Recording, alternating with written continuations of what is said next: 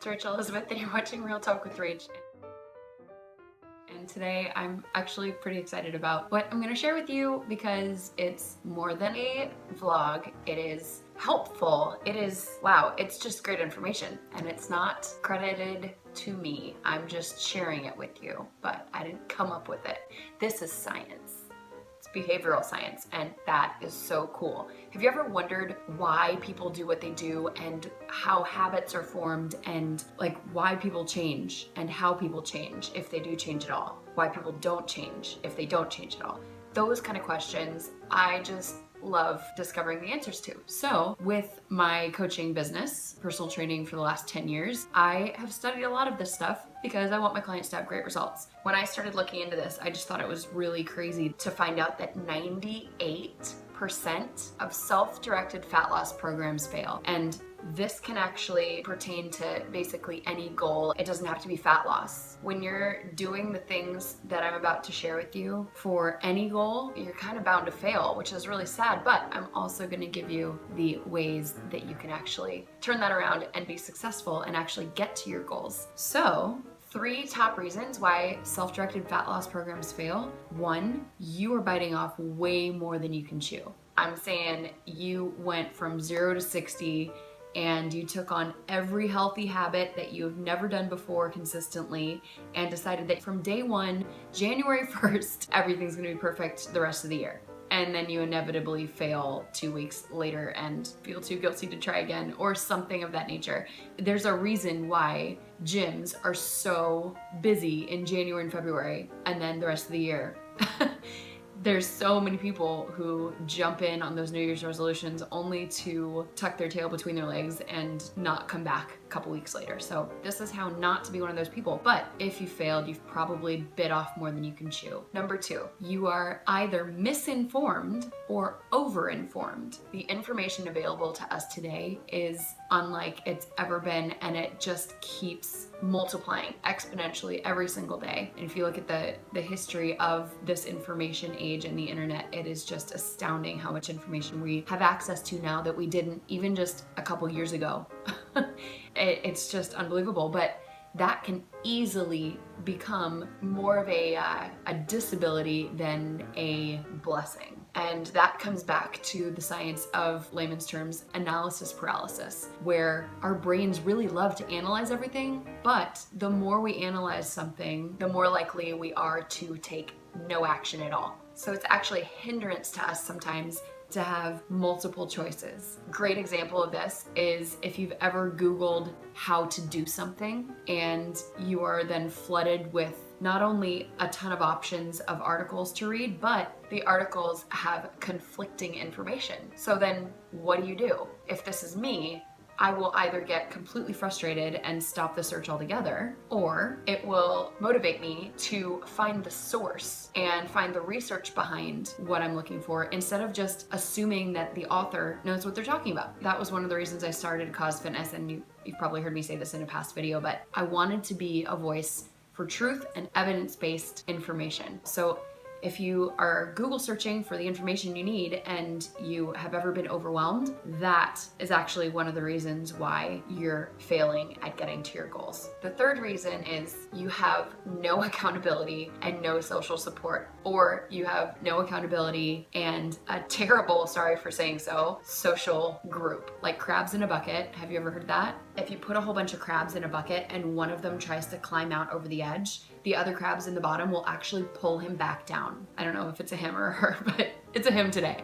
That's essentially what happens with a bad social climate. The people that you surround yourself can make or break your goals. This is extremely relevant. If you have all the accountability in the world, but your social environment isn't supportive, then you're gonna be more likely to fail, unfortunately. But the opposite is true too. If you have a wonderful social support system, like your friends and family actually support the goals that you're working towards, you are more likely to succeed. So that leads me into how to get to your goals. One thing I want you to remember, if you get nothing else, is that you have to simplify to succeed. Every new goal we set requires a new normal. You're basically creating new habits. I have 4 ways that you can actually beat the odds here, be one of the 2% instead of the 98%. And those things are, first of all, you have to get clear. You have to get really clear on what you want and what your goal is.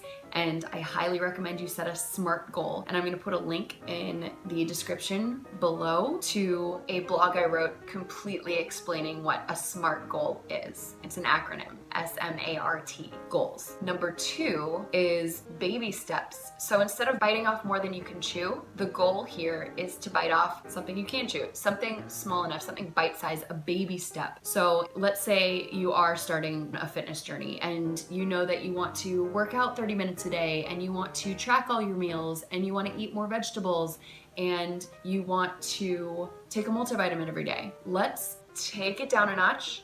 Give yourself permission to only take on one of those new habits for the next 30 days. So try this with me. Pick one thing. For example, 30 minutes a day of exercise. You may not get your diet correct.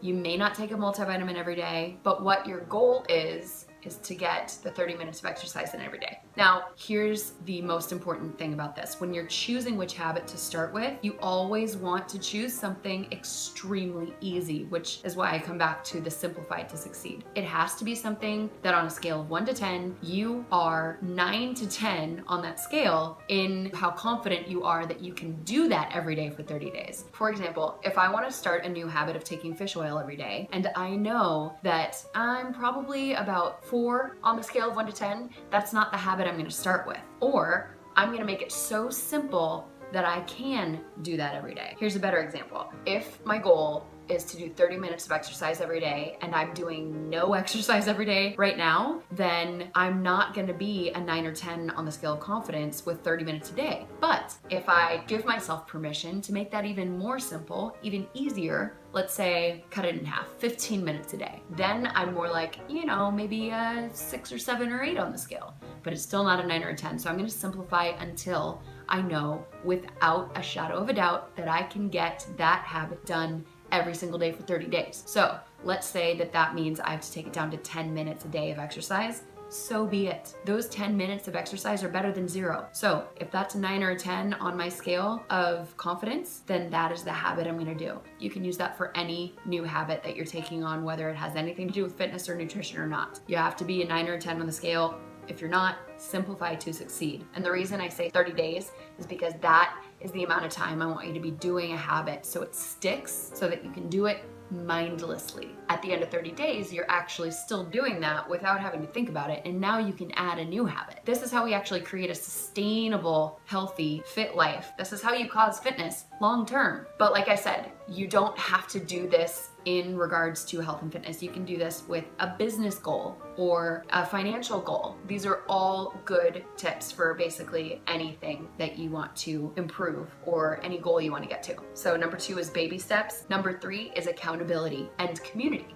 This is so important. When you have people who are aware of your goals, and also your support system, your family and friends, if they support your goals, man, all of a sudden you are so much more likely to succeed. So surround yourself with people who support you and encourage you. And the accountability factor, that has a negative connotation for a lot of people because they're afraid that someone's gonna be micromanaging them. Someone's gonna be just calling them out every time they screw up. That's not what a good accountability partner is. Accountability is someone to walk alongside you and kind of encourage you in the right direction more often than not. Just psychologically knowing that you have somebody walking alongside you, you're less likely to slip up. It's just science.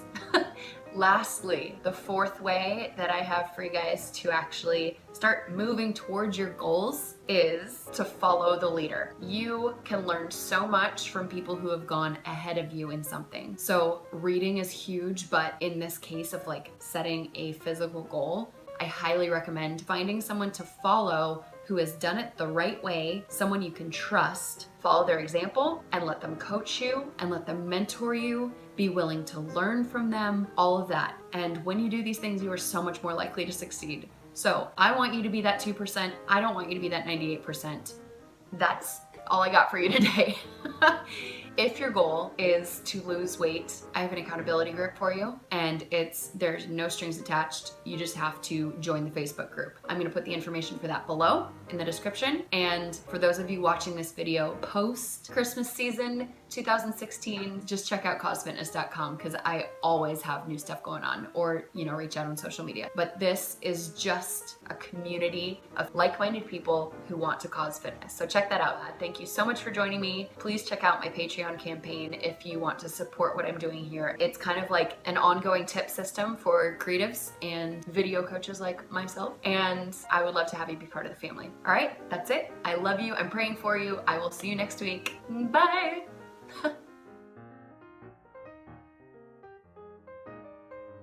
If you watched all the way to the end of this video, you are a total rock star. I am so grateful for you. Leave a thumbs up in the comments below. I will see you next week. Bye.